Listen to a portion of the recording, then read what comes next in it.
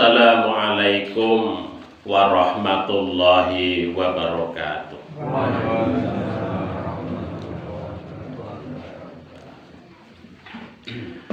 Alhamdulillah. Alhamdulillahilladzi hadana lihada wa ma kunna linahtadiya laula an hadanallah. Ashhadu an la ilaha illallah wahdahu la syarika lah wa ashhadu anna Muhammadan abduhu wa rasuluh. Allahumma sholli wa sallim wa barik ala Muhammadin wa ala alihi wa ashabihi wa man tabi'ahum bi ihsani ila yaumil qiyamah, amma ba'd. Yang kami hormati para bini sepuh pimpinan Muhammadiyah dan Aisyah, para ustadz dan ustadzah, bapak-bapak, ibu-ibu, hadirin wal hadirat, jamaah pengajian Ahad pagi yang insya Allah semuanya dirahmati dan diberkahi oleh Allah. Alhamdulillah, segala puji dan syukur kita panjatkan kehadirat Allah atas segala limpahan nikmat yang Allah berikan kepada kita bersama. Alhamdulillah, di pagi yang cerah ini kita masih diberikan kesempatan oleh Allah untuk menghirup udara baru di tahun baru. Mudah-mudahan kita semua setahun ke depan mendapatkan berkah dan rahmat oleh Allah, dipanjangkan umur kita, bisa komitmen istiqomah dengan ibadah kita, takarub kita kepada Allah Subhanahu wa Ta'ala. Dan mudah-mudahan juga kita semakin dilapangkan rezeki kita, dimudahkan hidup kita, dan amal usaha kita, pondok kita di Sambak atau amal usaha yang lain, mudah-mudahan juga semakin bagus, semakin banyak siswanya, banyak santrinya. Mudah-mudahan juga sholawat serta salam senantiasa tercurah kepada junjungan kita beliau Nabiullah Muhammad Sallallahu Alaihi Wasallam beserta keluarganya, sahabatnya, dan juga mudah-mudahan kita semua ya, sebagai umatnya. Bapak Ibu yang dirahmati oleh Allah, melanjutkan dari apa yang sudah saya sampaikan kemarin tentang akhlak kepada Nabi. Ini yang ketiga, yaitu bersolawat kepadanya. Yang pertama, mengikuti sunnah, mengikuti dan mencintai sunnahnya. Yang kedua, menjauhi bid'ah. Dan yang ketiga adalah kita dituntunkan untuk senantiasa bersolawat kepadanya. Nah, ini salah satu karakter kita sebagai seorang muslim, sebagai bentuk kecintaan kita kepada baginda Nabi Sallallahu Alaihi Wasallam. Bahkan Allah Subhanahu Wa Ta'ala di dalam surat Al-Ahzab ayat 56 menginstruksikan, memerintahkan kepada kita semua. A'udzu billahi minasy syaithanir rajim. Innallaha wa malaikatahu yusalluna 'alan nabi ya ayyuhalladzina amanu sallu 'alaihi wa sallimu taslima. Innallaha, sesungguhnya Allah, wa malaikatahu, dan para malaikatnya, yusalluna, mereka itu bersolawat, 'alan nabi, kepada nabi. Ya ayyuhalladzina amanu, wahai orang-orang yang beriman, sallu, bersolawatlah alaihi kepada Nabi, wasallimu, dan salam taslima. Jadi ini perintah Allah kepada kita orang-orang yang beriman untuk bersolawat dan salam kepada Nabi. Jadi di sini Allah menyatakan bahwa Allah itu dan juga para malaikatnya bersolawat. Kata solawat secara bahasa itu maknanya adalah doa. Itu makna dasarnya. Makna yang lebih luas dari kata sholawat itu menurut Syekh Muhammad Jamil Zainu dalam kitabnya Majmu'ah Rosail Taujihat al-Islamiyah lil Fard wal Mujtama', dia menyebutkan bahwa sholawat itu maknanya paling tidak ada 3. Yang pertama doa, yang kedua itu pujian, yang ketiga adalah penghormatan ataupun ta'zim. Nah, sholawatnya Allah dan para malaikat itu adalah as-sana, pujian. Jadi Allah Subhanahu wa ta'ala memuji hambanya, yaitu Nabiullah Muhammad sallallahu alaihi wasallam, karena diberikan martabat yang tinggi di sisinya. Karena apa? Karena Kanjeng Nabi adalah seorang hamba yang begitu taat, tekun, perjuangannya luar biasa di dalam mewujudkan syariat dalam kehidupan umat manusia. Dan kecintaannya kepada Allah Subhanahu wa ta'ala juga luar biasa. Dan kepada sesama umat manusia, Kanjeng Nabi Muhammad sallallahu alaihi wasallam itu juga kecintaannya, kesetiaannya, kasih sayangnya juga begitu luar biasa. Oleh sebab itulah maka Allah Subhanahu wa ta'ala memberikan sholawat itu sebagai bentuk as-sana, pujian, memuji Kanjeng Nabi, menyebut nama Kanjeng Nabi di hadapan makhluk langit yang lain seperti malaikat dan lain sebagainya. Kanjeng Nabi itu dibanggakan, dimuliakan oleh Allah Subhanahu wa ta'ala, disebut namanya, diberikan martabat yang tinggi di sisinya. Kemudian kalau sholawatnya malaikat itu adalah ta'zim, penghormatan malaikat kepada Kanjeng Nabi, penghormatan, karena oleh Allah Subhanahu wa ta'ala diberikan kedudukan yang sangat tinggi di sisinya, dan disebut oleh Allah sebagai hamba yang sangat soleh, yang ketaatannya luar biasa. Oleh sebab itu para malaikat itu memberikan takzim kepada Kanjeng Nabi Muhammad sallallahu alaihi wasallam. Nah, di sini Allah dan malaikatnya saja bersolawat, memuji dan memberikan takzim kepada Kanjeng Nabi.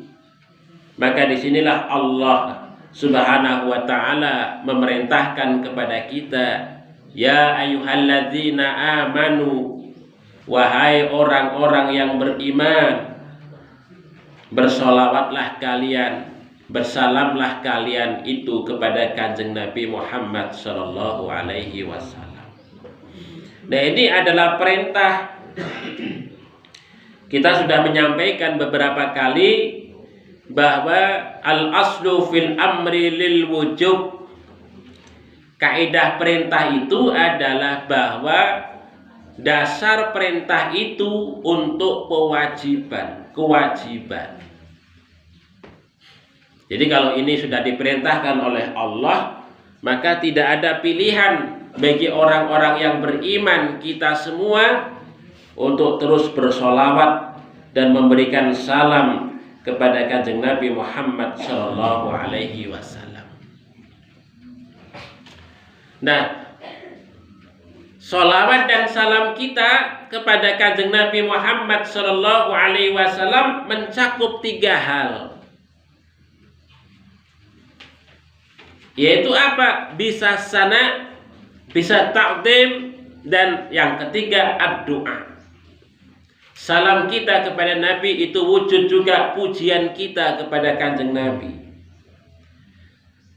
Salawat kita kepada Kanjeng Nabi juga wujudnya bisa dalam bentuk at-ta'zim, penghormatan kepada Kanjeng Nabi. Dan yang ketiga, salawat kita kepada Kanjeng Nabi itu adalah juga merupakan doa kita untuk Kanjeng Nabi kepada Allah Subhanahu wa Ta'ala, supaya Allah mengokohkan kedudukan, martabat, kemuliaan itu dengan kemuliaan yang lain. Nah, begitu. Nah, terus makna doa adalah kita memohon kepada Allah Subhanahu wa Ta'ala supaya kemuliaan yang telah diberikan oleh Allah kepada Kanjeng Nabi itu terus dikokohkan dan dikuatkan kemuliaan itu, bahkan juga diberikan kemuliaan yang lain.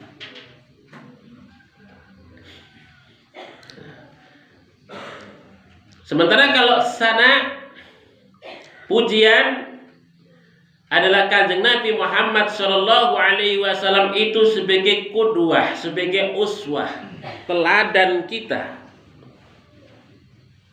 yang mana Kanjeng Nabi telah memberikan contoh kepada kita bagaimana syariat itu ditunaikan, dijalankan. Beliau adalah seorang nabi, tetapi beliau juga orang yang sangat bertekun di dalam menjalankan syariat. Beliau seorang nabi yang telah dijanjikan oleh Allah masuk surga, tetapi Kanjeng Nabi di dalam kehidupan malamnya, dia bangun malam untuk mendekatkan diri kepada Allah Subhanahu wa Ta'ala. Setiap malam itu orang yang sudah dijanjikan masuk surga oleh Allah, tiap malam bangun malam dalam rangka untuk bertekun takarub kepada Allah Subhanahu wa Ta'ala. Kita memujinya karena begitu luar biasa. Maka Kanjeng Nabi adalah orang yang betul-betul pantas menjadi satu-satunya teladan bagi kehidupan kita. Nah, ini bentuk as-sana, pujian kita. Kemudian membesarkan, maksudnya membesarkan di sini atau penghormatan kepadanya. Semakin sering kita menyebut namanya di hadapan sesama umat manusia, dengan harapan bahwa manusia itu semakin mengenal syariat agama ini dengan perantaraan Kanjeng Nabi Muhammad Sallallahu Alaihi Wasallam. Orang-orang semakin cinta syariat karena ngerti bagaimana teladan Kanjeng Nabi di dalam menjalankan syariat itu. Nah, inilah Bapak Ibu yang dirahmati oleh Allah Subhanahu wa Ta'ala. Makanya kita sebagai orang-orang yang beriman diperintahkan oleh Allah untuk bersolawat kepada Kanjeng Nabi, yang tujuannya itu selain doa adalah kita memuji dan membesarkan namanya, supaya nama Kanjeng Nabi semakin banyak dikenal oleh umat manusia, dan manusia semakin banyak mencontoh kehidupannya, sehingga syariat ini bisa terus dilestarikan oleh segenap umat manusia. Bapak Ibu yang dirahmati oleh Allah. Nah, keutamaan sholawat, ada banyak hadis yang disampaikan oleh Kanjeng Nabi terkait sholawat. Salah satunya adalah dia yang diriwayatkan oleh Abdullah bin Amr bin As radhiyallahu anhuma. Suatu ketika dia pernah mendengar Kanjeng Nabi Muhammad sallallahu alaihi wasallam bersabda, "Man shalla alayya sholatan sallallahu alaihi biha asyra." Man shalla alayya, barang siapa yang bersolawat kepadaku, kata Kanjeng Nabi, sholatan dengan satu sholawat saja, sallallahu alaihi, maka Allah akan memberikan sholawat, memberikan rahmat dan maghfirah untuknya. Biha, karena sholawat yang telah ia bacakan, yang telah ia ucapkan itu, asro, sebanyak 10 kali rahmat. Itu 1 kali sholawat saja kita mendapatkan 10 kali rahmat dari Allah. Kemudian hadis Nabi yang lain yang diriwayatkan oleh Ibnu Mas'ud radhiyallahu anhu, kata Nabi, aulan nas bi, seutama-utamanya manusia atau sebaik-baiknya manusia bagiku, kata Nabi, yaumal kiamati, pada saat di hari kiamat, aksaruhum, mereka itu yang paling banyak, alayya, terhadapku, sholatan, bacaan sholawat. Jadi orang yang membaca sholawat itu adalah orang yang paling utama dan dimuliakan oleh Kanjeng Nabi nanti pada saat di yaumul qiyamah. Kemudian hadis yang ketiga diriwayatkan oleh sahabat Abu Hurairah. Kata Kanjeng Nabi, la taj'alu qabri 'idan. Janganlah kamu jadikan kubri, kuburku, idan, tempat hari raya, ya, sebagai hari raya atau tempat hari raya. Tetapi apa? Wasallu alayya, tetapi bersolawatlah kepadaku. Fa inna sholatakum tablughuni, karena sholawat kalian itu akan sampai kepadaku, haitsu kuntum, dimanapun kalian itu berada. Di sini Kanjeng Nabi memerintahkan jangan kita menjadikan kuburnya itu sebagai hari raya. Maksudnya berkunjung rame-rame, tempat bersenang-senang. Itu tempat bersenang-senang, berkunjung rame-rame. Tetapi apa yang diutamakan oleh Kanjeng Nabi? Sholawat. Di mana saja. Haitsu kuntum, dimanapun kalian itu berada. Kata. Terus kalau panjenengan mangke saged umroh, saged haji, ya apa? Orientasi utamanya jangan ziarah kalih ziarah wonten kuburipun Kanjeng Nabi. Tetapi orientasinya dalam rangka untuk taat kepada Allah, dalam rangka untuk menunaikan perintahnya berupa umroh dan haji. Kalau sakit ziarah, alhamdulillah. Kalau tidak, nggak apa-apa. Ya. Karena apa? Karena ini perintah Kanjeng Nabi begitu. Wala taj'alu qabri 'idan. Janganlah jadikan kuburku sebagai hari raya. Nah, ini kuburnya Kanjeng Nabi nggak oleh dijadikan hari raya, nggih. Apalagi kok kuburnya menungso biasa. Itu kalau jenengan ngerti wonten apa kuburipun Sunan Kudus, kuburipun Sunan Kalijogo itu tiap hari itu orang kunjung itu kayak hari raya itu. Nah niku Bapak Ibu sekalian. Jadi orang itu menjalankan syariat itu kadang-kadang keliru. Ya. Bukan yang diperintahkan malah dijalankan. Ya. Yang diperintahkan malah ditinggalkan. Makanya kita sering-sering membaca syariat, hadis, ayat menika ngeten iki supaya mendapatkan petunjuk. Kalau tidak, maka cuman persepsi kita, agama itu cuman persepsi. Ya, yang kemudian karena persepsi, akhirnya kemudian apa yang kita lakukan tidak ada dasarnya di dalam Al-Quran dan Sunnah. Menurut persepsi kita itu sudah menjalankan syariat, padahal belum. Nah, jadi yang diutamakan itu sholawatnya.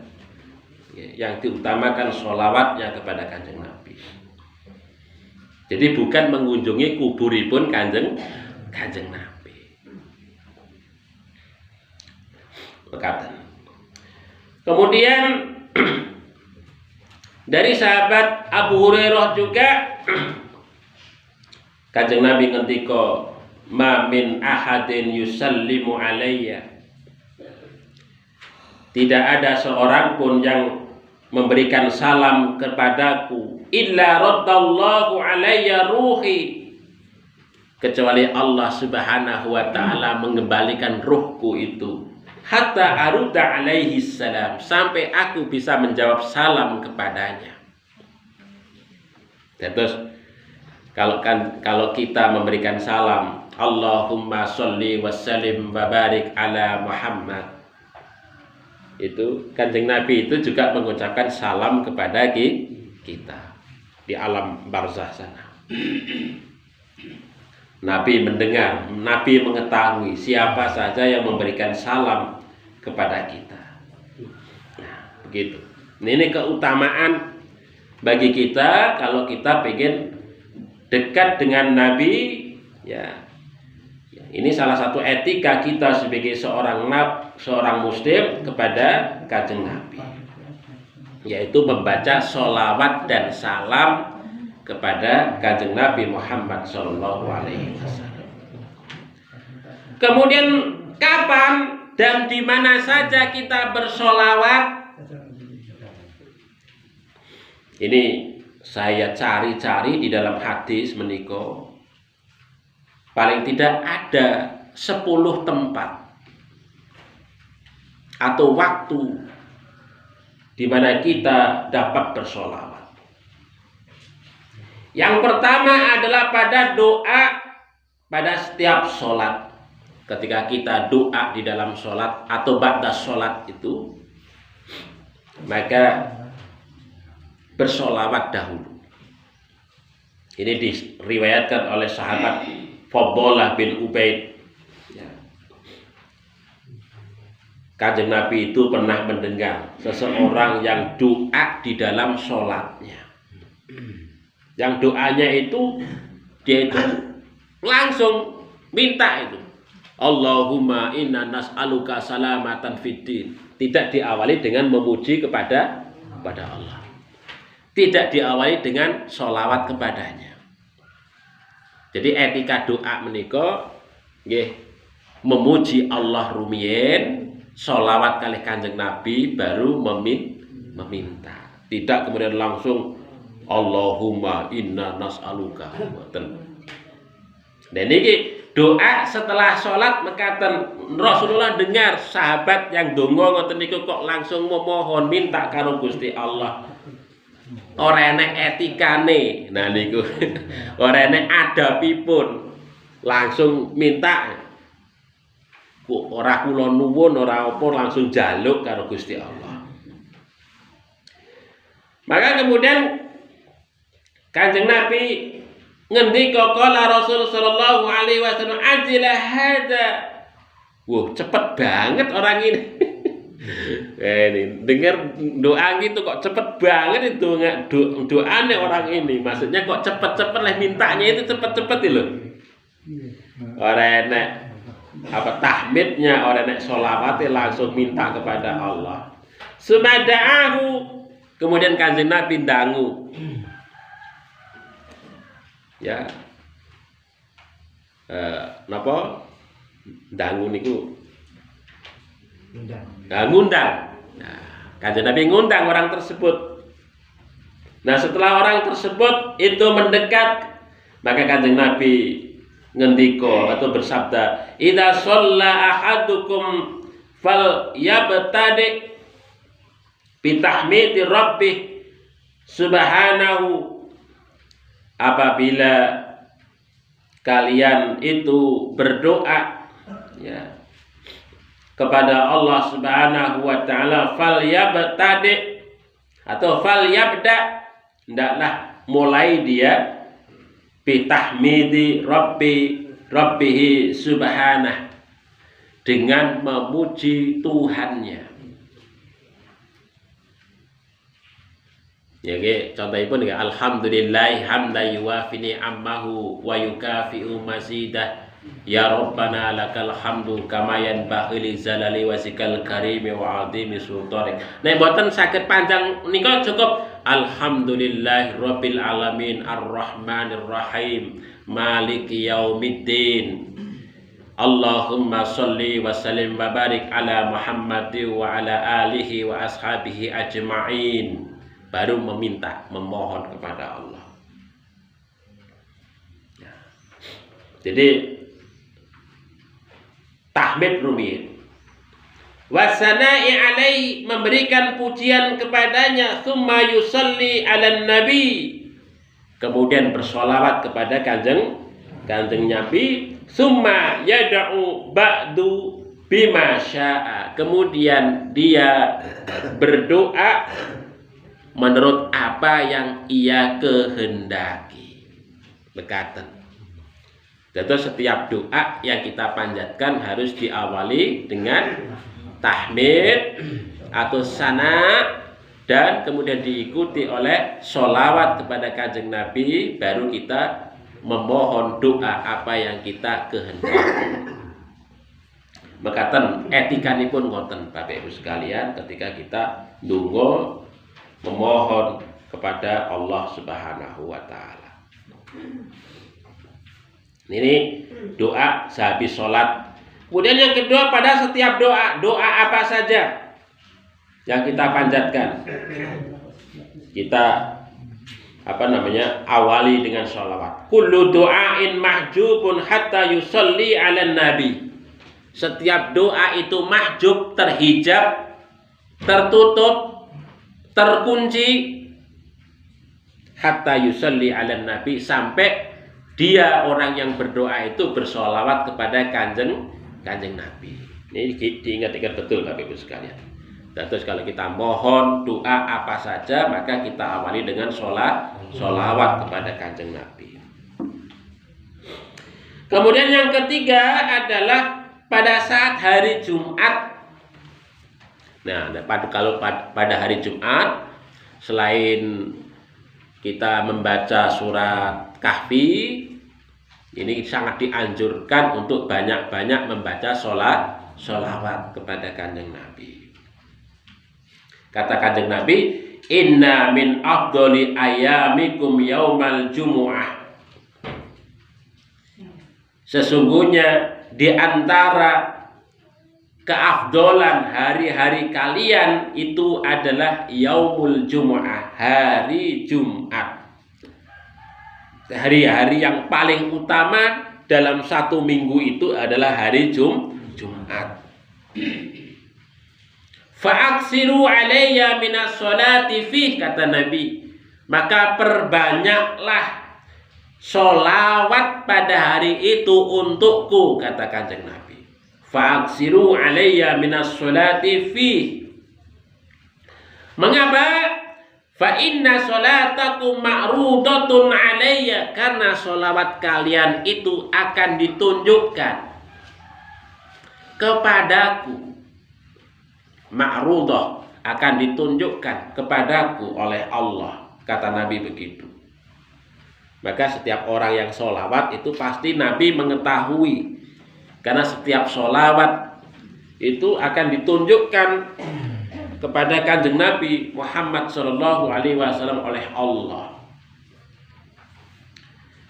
Kemudian para sahabat itu ngeten tanglet, ya Rasulullah, wa kaifa tu'radu sholatuna alaika wa qad aramta. Wahai Rasulullah, bagaimana mungkin sholawat kami itu akan ditunjukkan kepada panjenengan? Wong panjenengan menika sudah tubuhnya itu hancur karena sudah meninggal dunia, gitu. Karena tubuhnya itu sudah hancur. Dalam riwayat yang lain disebut balita, sama. Karena tubuh panjenengan menika sudah rusak. Maka kanjeng Nabi itu ngendika, innallaha harrama 'alal ardi ajsadal anbiya.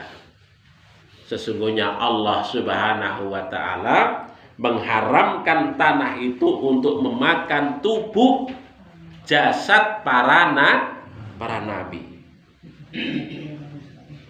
Jadi tubuhipun para nabi menika mboten rusak, dimakan tanah mboten, utuh begitu. Itu semua nabi, Pak. Insyaallah. Tapi wallahualam sampai sekarang kita. Tetapi kalau menurut penjelasan menika adalah mekaten, innallaha harrama 'alal ardi ajsadal anbiya. Mengharamkan tanah itu untuk memakan jasad para nabi. Begitu. Nah ini keutamaannya, keutamaan para nabi. Tanah saja takut untuk memakan jasadipun kanjeng Nabi. Kata. Kalau kita ditanam di tanah itu paling 2 bulan sudah hilang. paling tinggal tulangnya saja.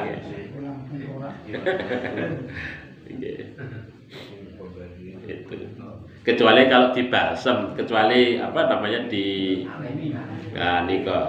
dikasih pengawet dari rumah sakit menika biasanya agak lebih lama menika.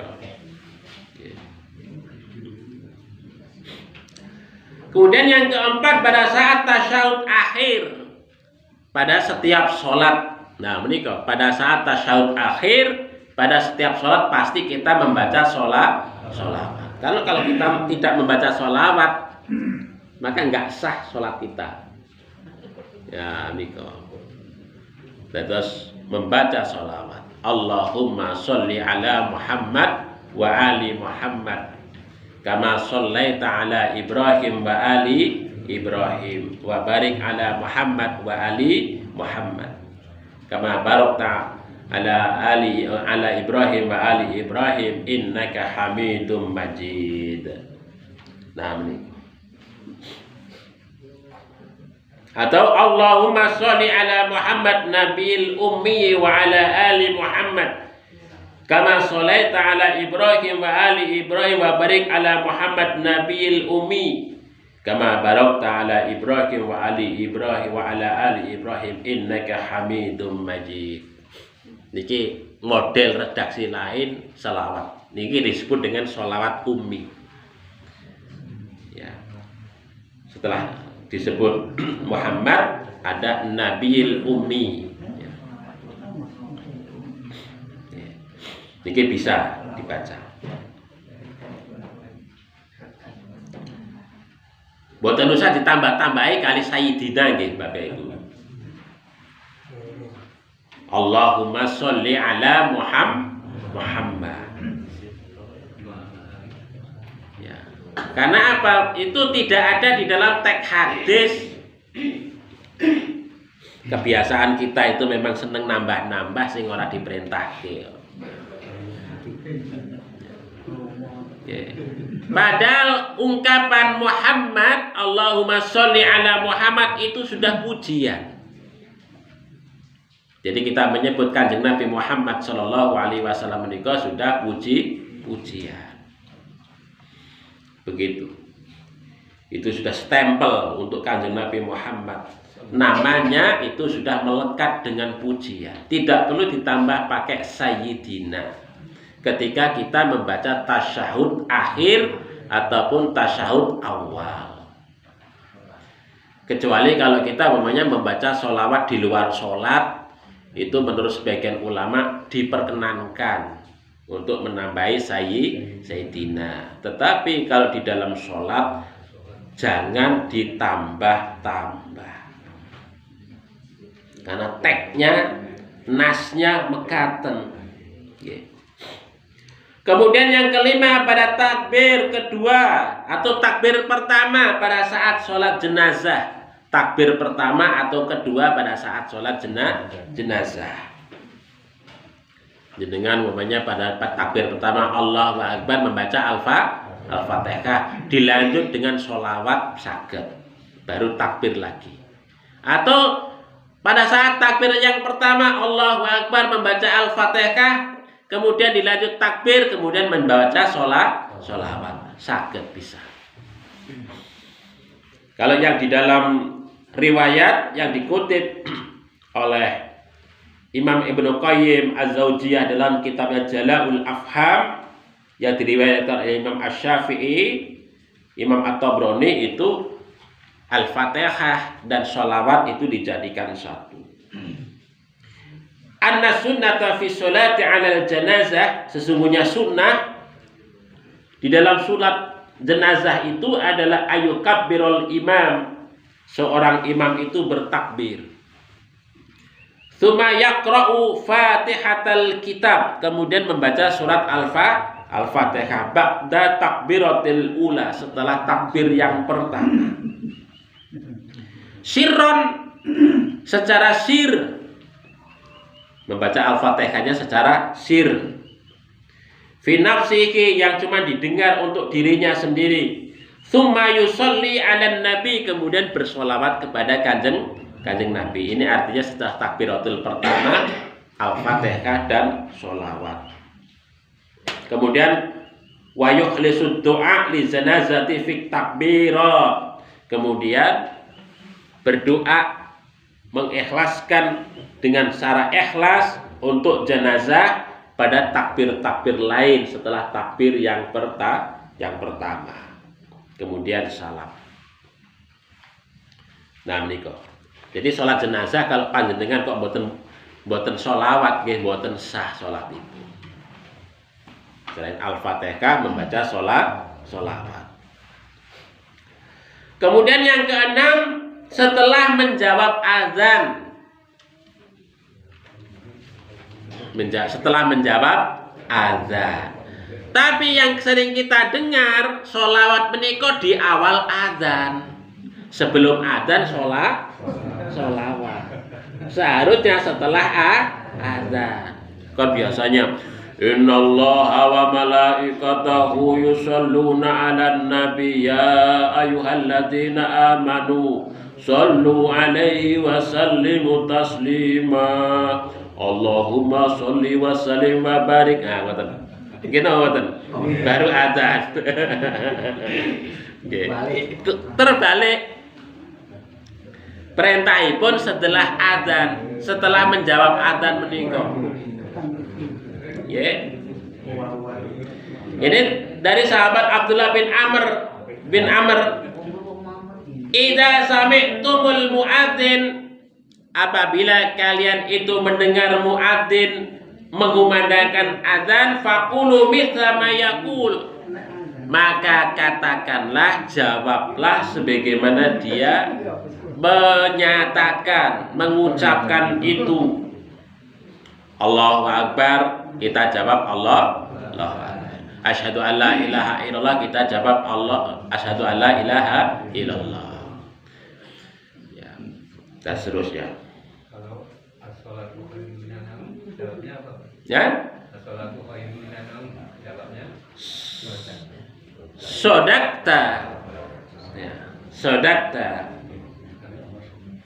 ya, sodakta, as-salatu khairum minan naum, sodakta, engkau benar.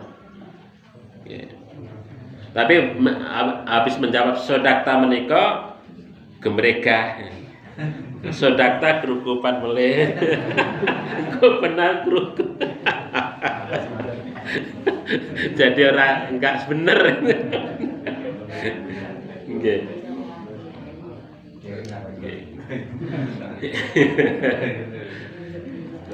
Kemudian kata Nabi, fa innakum man shalla alayya salatan, maka barang siapa yang bersolawat kepadaku, kata Nabi, pada saat setelah menjawab adzan menika, kemudian kita bersolawat, kata Nabi sallallahu alaihi biya ashron, maka Allah subhanahu wa ta'ala akan bersolawat kepadanya 10 kali, atau memberikan rahmat untuk kita, orang yang bersolawat itu 10 kali. Tsumma salu, ya, salu li alwasilata, kemudian mintalah kalian itu kepada Allah untukku al-wasilah. Al-wasilah menika martabat, kedudukan. Al-wasilah, ya, martabat, kedudukan. Makanya bismillah, Allahumma sholli ala Muhammad wa ali Muhammad, Allahumma rabba hadhihi da'wati tammah wa sholatil qa'imah ati Muhammadanil wasilata wal fadilah wa ba'ashu maqamal mahmudanil ladzi wa'atta innaka la tuhliful mi'ad. Berkata itu yang disebut al-wasilah, itu adalah martabat, kedudukan yang diberikan oleh Allah kepada seorang hamba. Ya. Kata Nabi, wa arju an akuna anahu, aku pengen menempati kedudukan itu. Nah, menurut para ulama, al-wasilah di sini adalah kedudukan Kanjeng Nabi nanti ketika memberikan syafaat kepada seluruh umat manusia. Itu kedudukan yang tertinggi pada saat di yaumul qiyamah. Nabi itu menempati itu. Nah, disebut al-wasilah karena Nabi diberikan wasilah oleh Allah untuk memberikan syafaat kepada kita semua. Berkata itu nanti pada saat di yaumul qiyamah. Maka di sini katakan Kanjeng Nabi, wa man sa'ala lil wasilata halat alaihi syafa'ah, barang siapa yang memintakan untukku kepada Allah al-wasilah, ya, kedudukan wasilah itu, maka dia akan mendapatkan syafaat dariku, ya, syafaat dariku, dari Kanjeng Nabi Muhammad sallallahu alaihi wasallam. Nah, niki kemuliaan Bapak Ibu sekalian. Habis adzan kita donga ngaten niku. Allahumma sholli ala Muhammad wa ali Muhammad, Allahumma rabba hadhihi da'wati tammah wa sholatil qa'imah ati Muhammadanil wasilata wal fadilah, dan seterusnya. Kemudian yang ketujuh, pada saat disebut namanya. Nah, niki Bapak Ibu sekalian, kalau disebut nomo, nama nggih, asmo kok nama. Asmo, nama Kanjeng Nabi Muhammad sallallahu alaihi wasallam. Kita mengucapkan sallallahu alaihi wasallam atau Allahumma sholli ala Muhammad wa ali Muhammad. Jadi ketika disebut Muhammad kita ucapkan sallallahu alaihi wasallam atau Allahumma sholli ala Muhammad wa ali Muhammad. Bekaten Kanjeng Nabi ngendika al-bakhil. Nah niki Bapak Ibu sekalian, nek panjenengan kita semua pada saat disebut asmanipun Kanjeng Nabi kok meneng wae iki disebut orang yang bakhil, pelit niku Bapak Ibu sekalian. Wong cuman ngucapkan sallallahu alaihi wasallam Allahumma sholli ala Muhammad wa ali Muhammad itu aja kok yo abot. Begitu disebut dengan bakhil. Bahkan Kanjeng Nabi menyatakan rohima'an furajulin seseorang hidungnya seseorang itu terkena debu, terkena tanah, maksudnya mendapatkan kehinaan. Dzukirtu indahu falam yusalli alayya, ketika disebut namaku di sisinya falam yusalli alayya, tetapi dia tidak bersolawat kepadaku, kata Kanjeng Nabi. Nah menika. Jadi ketika disebut asmonipun Kanjeng Nabi, maka kita mengucapkan sallallahu alaihi wasallam atau Allahumma sholli ala Muhammad wa ali Muhammad. Kemudian yang ke-8, pada saat berkumpul dalam satu majlis, pada saat berkumpul ngeten niki Bapak Ibu sekalian. Makanya biasanya para penceramah menika biasanya pun ngajak mari kita bersolawat kepada kanjeng Nabi. Karena ini memang perintah pada saat dalam satu majelis apa saja umpamanya, baik itu ya siapa saja, dan itu menjadi kebiasaan kita dan itu kebiasaan yang bagus. Apakah ketika kita memberikan sambutan atau apa begitu, biasanya kita mengajak kepada hadirin marilah kita bersolawat kepada kanjeng Nabi. Karena ini itu diperintahkan ya. Ketika kita berkumpul dalam satu majelis ya, maka kalau kita kok tidak bersolawat kepada kanjeng Nabi itu termasuk orang yang mendapatkan kerugian. Mekaten. Kemudian yang ke-9, pada saat pagi dan sore, pagi dan sore, ya, menika Bapak Ibu, man shalla alayya hina yusbihu asran wa hina yumsi asran adrakathu syafaati yaumal qiyamah. Man shalla alayya, barang siapa yang bersolawat kepadaku, kata Nabi, hina yusbihu asran, ketika pada saat pagi hari 10 kali, wahina yumsi asron, dan pada saat sore hari 10 kali, adrokatku syafaati, maka dia akan mendapatkan syafaat dariku yaumal qiyamah, pada saat hari kiamat. Dan iku umpamanya nggih habis sholat subuh kita bersolawat Allahumma sholli ala Muhammad wa ali Muhammad, Allahumma sholli ala Muhammad wa ali Muhammad. Dan itu diulang-ulang sebanyak 10 kali. Sore habis sholat asar kita ucapkan itu.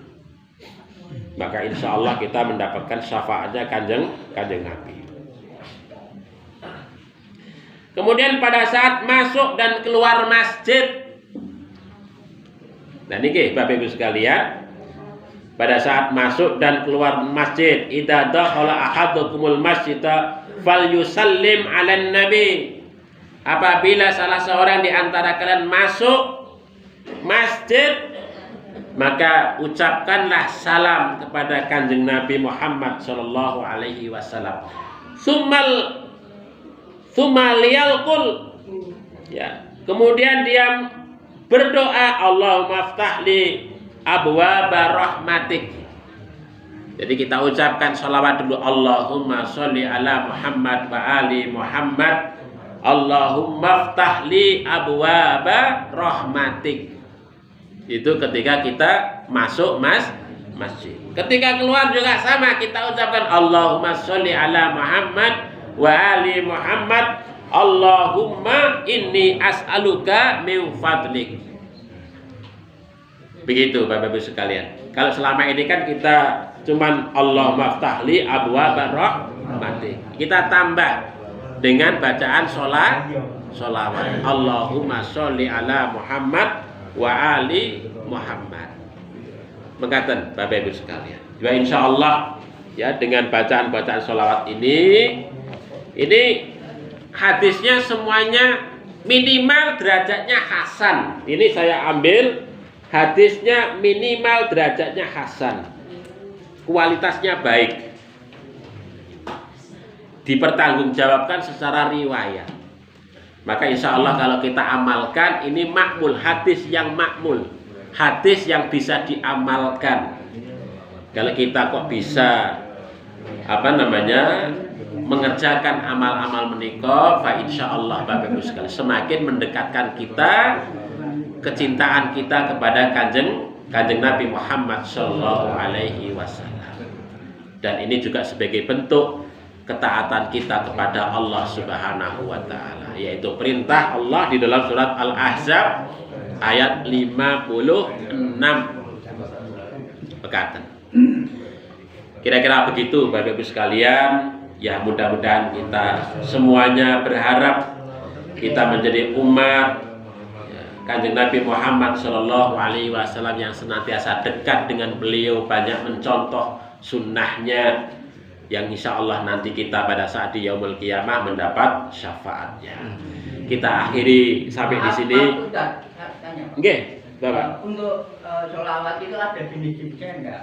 Karena dari belah itu ada sholawat nariyah, ada sholawat gigi, terus ada sholawat reket. Itu menurut pandangan kita sebagai pribadi Muhammadiyah bagaimana? Nggih. Dados yang sahih menika sholawat menika satu sholawat Ibrahimiyah. Allahumma sholli ala Muhammad wa ali Muhammad kama sholaita ala Ibrahim wa ali Ibrahim selesai innaka Hamidum Majid. Itu sholawat Ibrahimiyah. Kemudian yang kedua sholawat ummi. Tadi yang saya bacakan. Allahumma sholli ala Muhammad nabiyil ummi wa ala ali Muhammad kama sholaita. Allahumma sholli ala Muhammad nabiyil ummi wa ala ali Muhammad kama sholaita ala Ibrahim wa ali Ibrahim wa barik ala Muhammad nabiyil ummi wa ala ali Muhammad kama barakta ala Ibrahim wa ali Ibrahim innaka Hamidum Majid. Berkata. Itu yang secara nas ada di dalam banyak hadis. Sementara apa tadi sholawat? Allahumma sholli sholatan itu ya. Nah, niku ciptaan orang belakang. Kalau saya katakan itu bukan sholawat, tapi rengeng-rengeng, nasyid, qasidah, al-madah. Kalau dalam bahasa Arab niku nasyid, qasidah atau al-madah, supaya mendekatkan hati kita dengan kanjeng Nabi. Kecintaan kita kepada kanjeng Nabi saja. Tetapi bukan sholawat sebagaimana yang diajarkan oleh kanjeng Nabi. Kalau kita ingin mendapatkan pahala, ya sholawat yang sudah ada nasnya di dalam Al-Quran. Kalau itu hanya untuk mendengarkan saja, kesenangan hati kita, untuk kecintaan kepada kanjeng Nabi, tapi bukan diniatkan dalam rangka untuk ibadah kepada Allah, karena itu bukan nas yang resmi dari kanjeng Nabi. Kita berkata, insya Allah minggu depan Bapak Ibu sekalian akan saya sampaikan terkait dengan model-model sholawat, termasuk di dalamnya adalah mana-mana sholawat yang nanti nasnya ada dan yang tidak, supaya kita jelas. Sehingga ketika kita itu mengibadah, itu seolah-olah kan sholawat itu menjadi bagian ibadah, padahal cuma rengeng-rengeng saja itu, nggih. Nah, begitu. Nah, cuman untuk madah sebagai hanya sekedar untuk mendekatkan hati kita. Nggih, niku nggih angsal panjenengan nggih rengeng-rengeng ngoten niku nggih angsal kemawon lah. Artinya sekedar untuk mendekatkan hati kita kepada kanjeng Nabi, tapi bukan diniatkan dalam rangka untuk ibadah. Oke, Bapak, Ibu. Sakmenika cak mireng wonten ingkang maos selawat dipun lambakaken nika. Sallallahu ala Muhammad sallallahu alaihi wasallam sudah pundi, Pak? Lagu-lagu. Nggih. Nggih angsal kemawon. Nggih angsal kemawon. Dados dalam konteks al-madah menika al-maddah, artinya dalam rangka untuk pujian, itu kan bisa dalam konteks biasa, dalam konteks untuk dengan lagu-lagu menika. Karena apa? Kalau lagu-lagu menika niku Sayyidah Aisyah niku nggih seneng lagu-lagu. Lagu-lagu ya, karena itu adalah ciptaan manusia. Ya, karena ciptaan manusia nggih. Wah, itu kan dibuat lagu qasidah niku nggih asal mawon. Asal mawon. Tetapi yang sholawat yang baku ini niku khusus dalam rangka untuk zikir kita, ibadah kita kepada Allah. Mekaten. Bisa jelas nggih Bapak Ibu sekali nggih. Ngoten niku. Terus kalau kita zikir ingin dekat kepada Allah, nggih menika tekipun ingkang baku niki. Mungkin diucapkan dengan lirik atau gimana begitu. Tetapi kalau yang sifatnya madah, qasidah atau nasyid menika niku dilakukan nggih mboten napa-napa. Nggih. Tapi tidak termasuk ibadah itu. Tidak masuk dalam kategori ibadah. Cuman mendekatkan rasa. Ngoten nggih? Dengan kita mendekatkan begitu kan rasa kita semakin dekat kepada Kanjeng Nabi, menumbuhkan kecintaan dan seterusnya. Mengatakan ibu-ibu nggih. Jadi tidak ada larangan untuk kemudian nasyid menika dilakukan boten nonton larangan. Jadi kok yang penting ngeten, jangan sampai kok kemudian yang diciptakan oleh manusia itu lebih sakral dari apa yang disampaikan oleh Kanjeng Nabi Muhammad. Kan enten orang menyampaikan apa yang diciptakan oleh menungso selain Kanjeng Nabi malah kemudian lebih sakral. Contohnya apa? Ketika niku sholawat Badar, asraqal badru alaina, itu seolah-olah katanya ruhnya Kanjeng Nabi teko. Kita berdiri semua, kita menyambut Kanjeng Nabi. Itu kan ciptaan menungso selain Kanjeng Nabi kok lebih sakral daripada sholawat yang diberikan oleh Kanjeng Nabi Muhammad. Itu namanya khurafat. Niku keyakinan ngoten niku harus dihilangkan dari pikiran kita. Niku mboten angsa. Tentu apa yang diajarkan oleh Kanjeng Nabi tentu lebih sakral daripada yang diciptakan oleh yang lain, manusia yang lain. Bukan malah yang diciptakan oleh manusia yang lain itu kok lebih sakral dari sholawat Ibrahimiyah atau sholawat Ummi ngoten niku. Mboten Bapak Ibu sekalian. Itu cuma rengeng-rengeng saja. Jadi jangan ada dalam pikiran kita itu wala ini nganu macam-macam ngetingin. Itu cuma rengeng-rengeng dalam rangka untuk mendekatkan kecintaan kita kepada Kanjeng Nabi. Mekaten. Saya kira ngoten Ibu nggih. Ada kekhilafan mohon maaf. Marilah kita akhiri dengan sama-sama membaca doa kifaratul majlis. Subhanakallahumma rabbana wa bihamdika asyhadu an la ilaha illa anta astaghfiruka wa atubu ilaik. Billahi taufiq wal hidayah. Assalamualaikum warahmatullahi wabarakatuh.